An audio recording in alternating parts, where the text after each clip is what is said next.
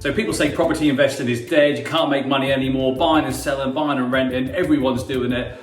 Well, in this current market, I'm going to talk to you about this property that I've created £110,000 worth of equity and over £18,000 a year in net cash flow.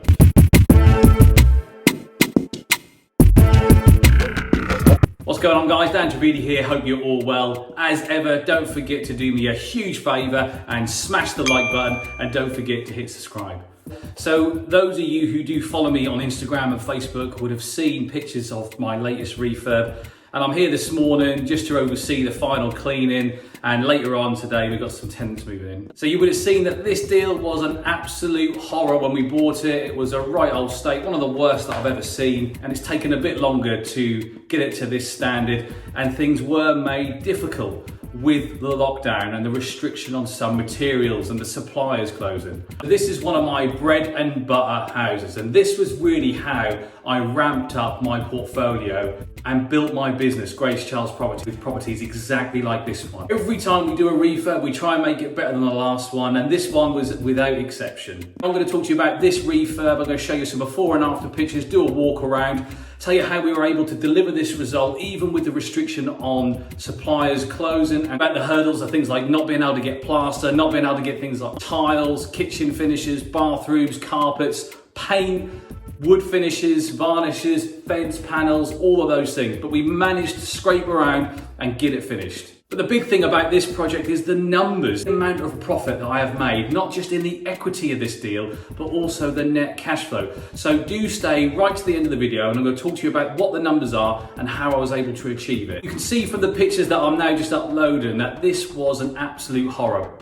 But that must never fool you. When you're buying a property to transform and make into something special, whether you're doing it to sell or rent, it doesn't really matter. The condition of the property isn't too important when you buy it. There are some key nuggets that will add costs if they're not already done, which sometimes can be missed when you're walking around a property and it's cosmetically in a right old state. Things like double glazing, gas central heating, new boilers, radiators, front doors, all of these little things, if they're already done but the property is cosmetically not great, there's still a huge amount of cost saving there. Equally, if they're not done, not only do you have to completely transform the look of the property, but you do have to get into the guts of it. Typically, when it comes to electrics, we do a full rewire anyway, and we tend to put these electric powered hot water cylinder systems in to do the hot water and the heating. But we were really fortunate with this property because it already had a new gas boiler.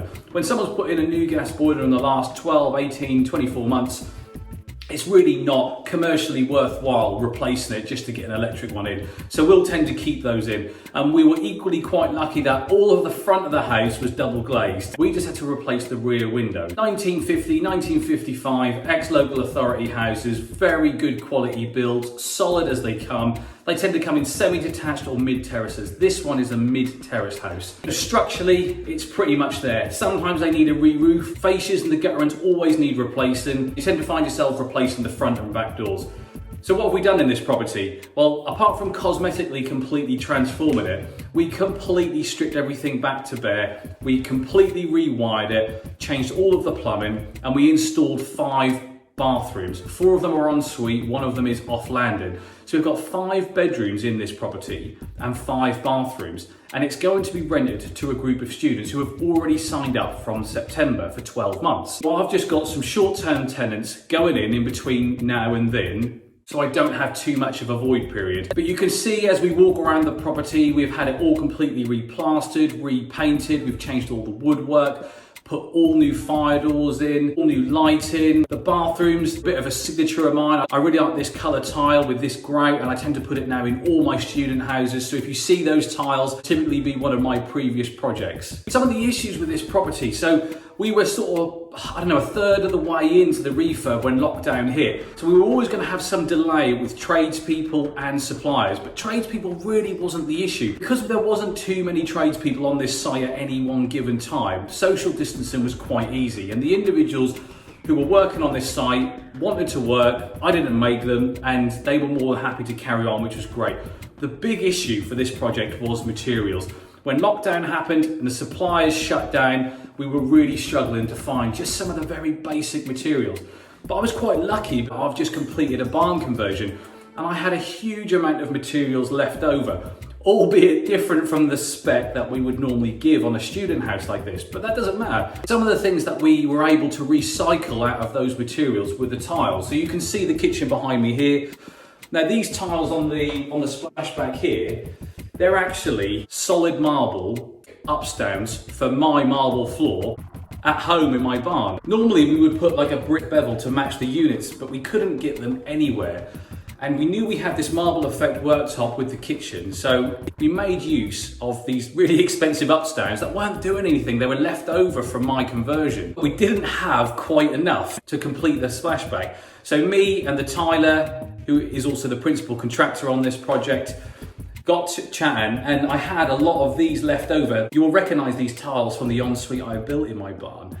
And then I ended up ripping it down to move the ensuite after it was completely tiled. These are those crushed marbles, and I think it looks absolutely fantastic. I think it sets the kitchen off an absolute treat. And then you'll see the floor tiles there, these marble effect. We're really going for the marble look in this project, but it looks absolutely fantastic. So these marble tiles are the tiles that I put in my gym bathroom in my barn. And I had a huge amount left over, and we were able to make use of them in this floor, in this kitchen. And we also used them in the ensuite bathrooms because the dark tiles that we put on the walls, we would normally put on the floor. But again, we were only able to buy, I think, 2 pallets. And then that was it. We were in lockdown, we couldn't get any more. So we made use, and I think the contrast looks absolutely brilliant. So again, trying to make the next one better, I think we will always now have a different color wall tile to the floor tile because it does look really good. The other thing is the colour of the walls. Now I tend to go for white, magnolia or a light grey. I've never done a dark grey before, but we were really struggling to get paint, and I had a huge amount of this dark grey left over, and it wasn't from my barn, it was left over from a different project. And I decided to paint the whole house in this dark grey. And again, I think it just brings a different level of quality and a different feel to the place. Things we did a little bit differently this time. So we put a conservatory on just to give an extra communal space. So you've got the kitchen, you've got the kitchen diner, and now you've just got a separate sitting area. We also put 32-inch flat screen TVs on walls in all of the bedrooms, and it just makes this property a little bit different to all the rest on the market. And that's one of the reasons why we were able to sign up a group of 5 tenants, a group of 5 students from September before this project was even completed. When they move in, the net cash flow on this project is going to be around £1,600 per calendar month.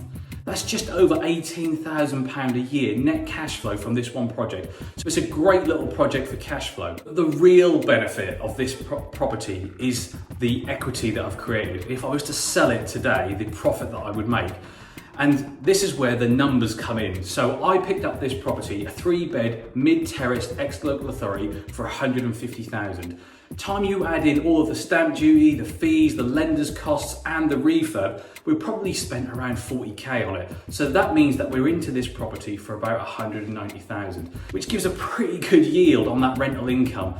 But the value, what it's been refinanced at, the value the surveyor's put on it is 300,000, which means we've created £110,000 worth of equity in this one project, as well as all of the cash flow. And don't get me wrong, I think it's worth a little bit more than that, but I'll take that down valuation in this current market any day. It's absolutely fantastic. And these are the types of projects that I've built my experience on, which have enabled me to go on to do other things in property, not just student houses, but pubs and commercials. So we all have to start somewhere, and this is where I got started, and they definitely didn't all look like this when I first got going. What I learned very quickly on is spending a little bit more money on the quality of the finish is where it's at. That's what your tenants, that's what your buyers look for.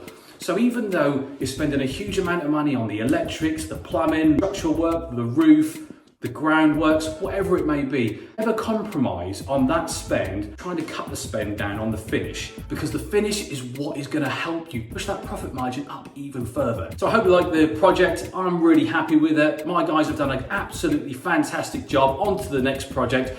That's it from me. Stay safe. Don't forget to hit the like button, and I'll catch you all on the next video.